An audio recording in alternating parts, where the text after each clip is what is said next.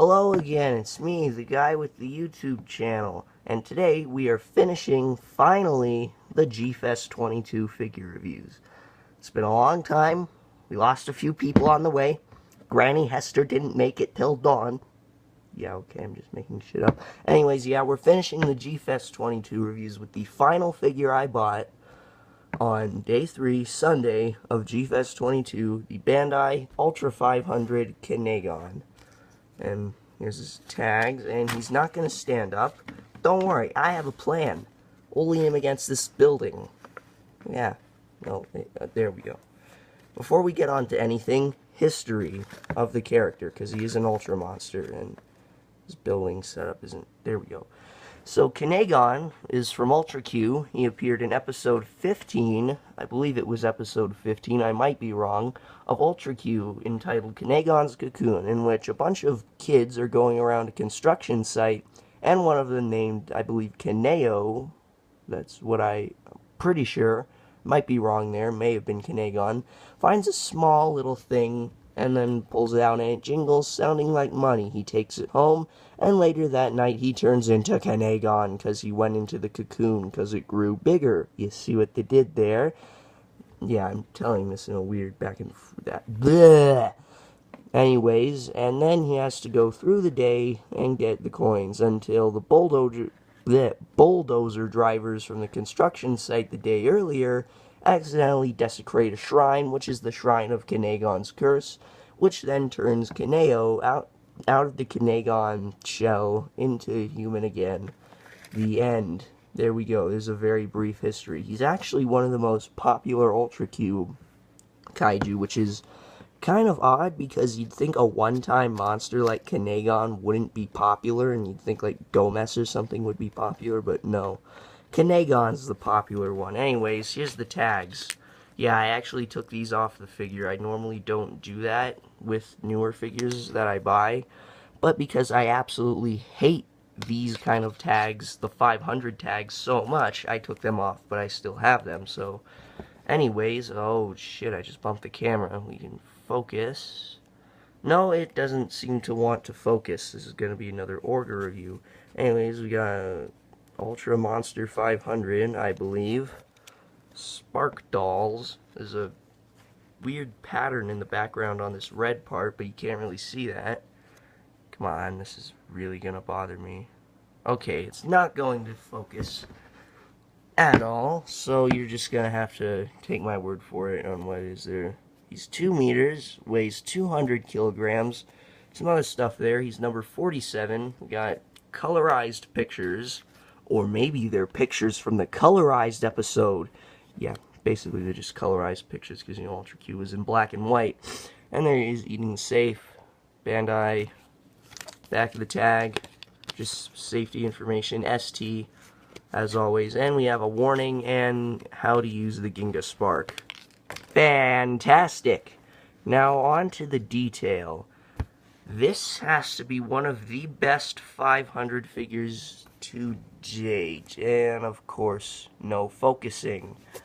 But take my word for it, this is a beautifully, well, not beautifully sculpted figure, but a very well sculpted figure. You can kind of see, there we go, a little bit. You can see all sorts of little wrinkles.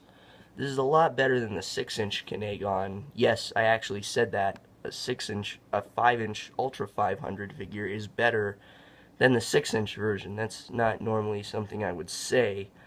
But you can see there's a lot of really nice detail there. You got these 2 little dots on his feet, which I think were lights. I don't think I'm right on that, but these guys kind of stumpy looking legs, I will say. But yeah, it's very nice, accurate to the suit.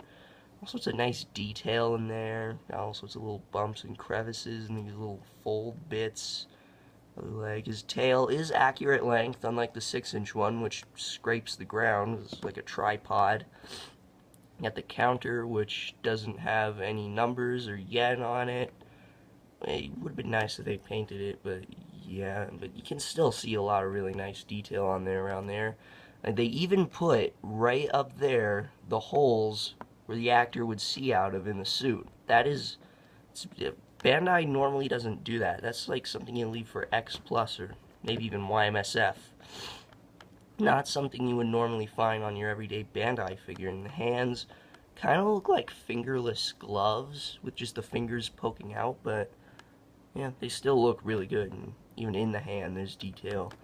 Nothing inside the mouth, kind of a shame. We do have some gold around his mouth. These little things should stick down more like catfish feelers, but they're just sort of there. We got this nice detail on the top of his head, and all of these spikes are even sharp. Like, they actually do kind of hurt when you poke yourself on them. Like, Bandai almost never does that. Sorry if I sound kind of congested today. I'm a little sick, but feeling good enough to do a review nonetheless. But you can see, YMSF is usually the company who makes sharp points on Bandai figures, but no, I'm not Bandai figures, but vinyl figures, you know what I mean.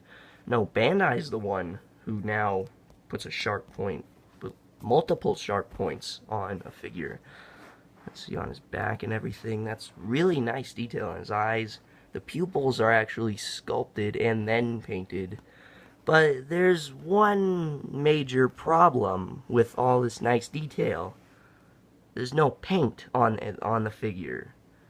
It's just this dull brown color, and on screen it looks like there's this lightish color to him. No, that's just the light glaring off the slightly shiny vinyl. And come on, you couldn't have painted the figure on even just a single random spray of silver on his chest or front would, even that would be acceptable. Like the 6-inch kanegons, they had paint, I think there, and a little bit there. That looked good, but there's just nothing to bring out all this nice detail. So from far away, he just looks like a weird thing. I think we got paint on his eyes and on his mouth, and that's it. Like, you couldn't even paint a gashapon with the amount of paint on this figure. So detail is really nice, but paint job, meh. I think I might actually repaint this figure after I review it, but I don't know yet. And for articulation, the arms, it's actually pretty good. The arms can move up and down. They can't go 360, well, because the shoulders are kind of overlap like that. And the head would get in the way, even though you could move it out of the way. But yeah, the arms just move forward and backward, like so. The head can rotate 360, which, you know, that's cool. And we get one extra point that the 6-inch one didn't have, which this is really cool. You can move the eyes side to side. Like, that is amazing. Can't really talk today, but yeah, that's something he did in the episode. His eyes were always moving side to side, so that you can actually do that. That's really cool. And they can go 360, so if you want to make him look like this flying spaghetti monster or something, you can do that. But yeah, it's a little stiff. There you go. Look at that. That's amazing. I really like that point of articulation. There you go. You have weird slanty eyes. So articulation is actually pretty good considering it's just a standard cheap $5 vinyl figure. And for sizing, he didn't ever fight any kaiju, so all this is just gonna be for either an idea of scaling or just for shits and giggles. But seeing as he is an ultra monster, well, he's out of screen. There we go. Seeing as he is an ultra monster, and this is an ultra, we're reviewing him, here is a standard Ultra Hero Series Ultraman. You can see this isn't a 500 one, and as you can see, he's a lot smaller than Ultraman, but it doesn't really matter because he doesn't fight any kaiju and he's human size, so he doesn't need to size up with really much of anything. But yeah, there you go. Ultraman, whoopity-dee. He's not going to be in any other reviews unless it's an Ultraman related review. Anyways, next, here is the Bandai Ultra Monster Series King of Monsters. I don't know if this is showing how pathetically undersized Kanegon is, or how pathetically undersized King of Monsters is. You can be the judge there. You can see, if this was an Ultra 500 Ultraman figure, this would actually be good for King of Monsters. So yeah, and then next, just for shits and giggles, Minya, YMSF. You know, if you wanted something like a Godzilla's Revenge type scenario, a human-size Minya, or like kid-size Minya, I think this would be a little bit inaccurate. Or no, maybe this would be inaccurate. If Minya was as big as a kid, kanegon is about the size of an adult, so yeah, there you go. If you want to have kanegon dream about meeting Minya, I don't know, maybe Ichiro turns into kanegon or something. I don't know. Anyways, one more for shits and giggles. Revoltech Domo. I don't know why I'm pulling this out. There you go. Revoltech Domo. All over kanegon. Anyways, and we get the rest of the figures here, just to give you an idea. NECA, 6-inch Godzilla 2014. As you can see, he's bigger. Go figure. He just fell. Don't worry, wasn't that high of a fall. Figure's still good. SH Monster Arts, Godzilla 1995 Rebirth version. I'll just hold kanegon up here. As you can see, yeah, just to give you an idea of sizing, in absolutely no way accurate. And a standard NECA Pacific Rim Kaiju. We're using Axe Head. Yeah, you can see how much smaller kanegon is. And you can have kanegon annihilate Axe Head because, you know, kanegon is just like Minya, and he's the most awesome kaiju ever. Yeah. Anyways, and finally, for the history of the figure and the pricing, this specific kanegon was originally released just 2 years ago, I believe. 2014. No, just last year, I think. As part of the Ultra Monster 500 series, and was $5. And you can still get him for that much today, so yeah, go figure. 500 figures are pretty cheap. In fact, I'm pretty sure some of them are selling for $1 on Amazon, so, you know, if you're into collecting 500 figures, you know, there you go. Just buy them on Amazon. Some of them are $1, goddammit. But yeah, this one, I paid a little more for this one at G-Fest, just because, you know, I had the exact amount of money he costed left. I didn't have anything else I wanted to buy, so I thought, you know what, it's a good figure, you know, it's better than the rest of the 500 figures. The sizing for this guy doesn't really matter, so I thought, you know what, I'll give it a chance.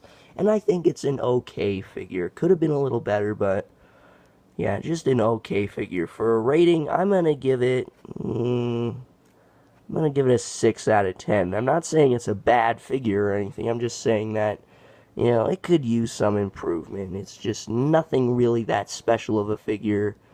So yeah, 6 out of 10. It's a pretty good figure. If you like Ultra Q, you know, if you're a big fan of it like me, then it's a good figure to get. Definitely a little better than the 6-inch one, but if you just want something that sizes a little better with things, or, you know, something to put with, like, SH Figuarts or something, then get the 6-inch kanegon. But if you just want a nice little detailed figure, he's not that bad. So, you know, I'm dragging this review on again. That's the end of the G-Fest 22 reviews. Thanks for watching. Now I can finally go back to reviewing whatever the hell figure I feel like whenever the hell I want. The end. Bye.